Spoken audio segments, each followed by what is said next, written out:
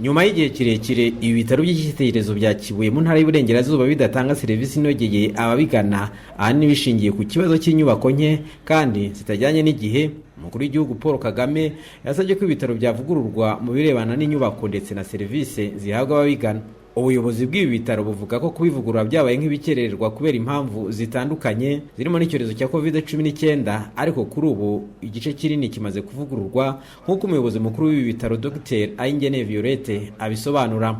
Tukaba tuboneye gushimira cyane nyakubahwa Perezida wa Repubulika Paul Kagame wabishyize imbaraga kugira ngo atwoherereze Reserve Force ifatanyije na Minisiteri y'Ubuzima n'ubuyobozi bw'Akarere ka Karongi bongeye kudushakira ubushobozi. Inzu irasanwa. Rero muri uwo mwaka wose watambutse abarwayi basaga nkaho bakuvurirwa mu mfunganwa, ariko turashima ko twagarutse mu nzu nshya. Ubu ngubu batwubakiye ubundi bwiherero bunafite n'ibindi bisaga byose, harimo naho abafite ubumuga bashobora kujya kwiherera mu buryo bugezweho. Abagana ibi bitaro bya Kibuye bavuga ko hari intambwe imaze guterwa kuri serivisi bahabwa n'imibereho yabo iyo bari ku bitaro. Abarwayi bari benshi cyane, abantu wisanzure, amatuwarete kuyakoresha, mbese nyine bikaba ibibazo. Ibyumba byari bikeya ariko ubu byariyongereye. Abantu barazaga ahari imbere ukabona abantu bagenda babyigana, ariko ubu ngubu baza rwose buri muntu yisanga ari ahantu heza cyane kandi akabona naho yakirira hagaragara. Nta hantu bameseraga nta hari hahari, ariko ubu harahari.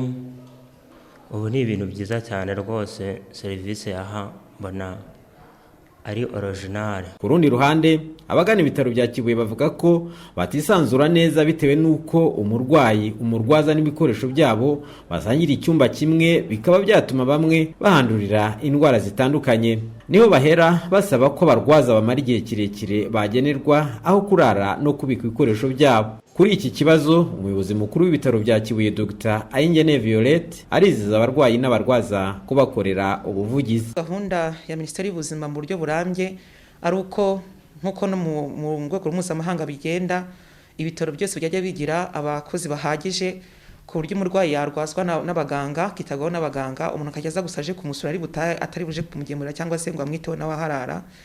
Ni igisubizo kirambye, ariko turakora ubuvugizi kugira ngo turebe ko iyo nyubako yo kugira ngo barwaze nabo bajye babona aho barambika umusaya yaboneka. Hari hashize umwaka inyubako z'ibitaro bya Kibuye zirimo kuvugururwa. Muri icyo gihe abarwayi bakeneye serivisi zihariye zitaboneka ku bindi bitaro byo mu ntara y'Iburengerazuba bakaba boherezwaga ku bitaro bikuru bya kaminuza i Kigali cyangwa ku bindi bitaro by'icyitegererezo biboneka mu zindi ntara.